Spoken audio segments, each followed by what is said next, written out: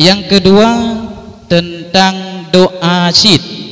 Jadi adab-adab doa, kebanyakan pendapat bahwa diawali dengan alhamdulillah dan selawat, diakhiri pun juga demikian.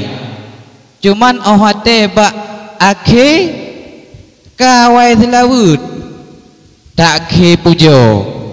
Wassalatu wassalamu ala sayyidina Muhammad walhamdulillah. Menyebab buka pun alhamdulillah. Nyan pakan menanabu. Mungkin nyok pertanyaan lunduan. Terima kasih. Assalamualaikum warahmatullahi wabarakatuh.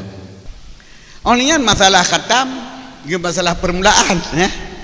Nyo lagi permulaan na sababi na idapi na hakiki menanci khatam. Na sababi na idapi na hakiki. Lagi yang tarikat lagi nyanju ni cok. Benda protes tarikat itu. Nyo tarikat yang kawai selawi agak doa alhamdulillah. Iji na doa hakiki, na doa sababi idapi. Jadi doa dengan doa pula tok dengan selawat. Orangnya khatam doa orang miman dalam Islam dengan alhamdulillah kan? Dengan alhamdulillah.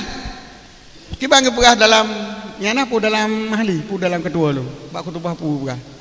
Khatim bajuri ya. Penutup doa orang Islam dalam surga. Kita no tak tutup doa dengan alhamdulillah tu mengatakan surga masa pan orang Islam dalam surga kan apa pun. Habis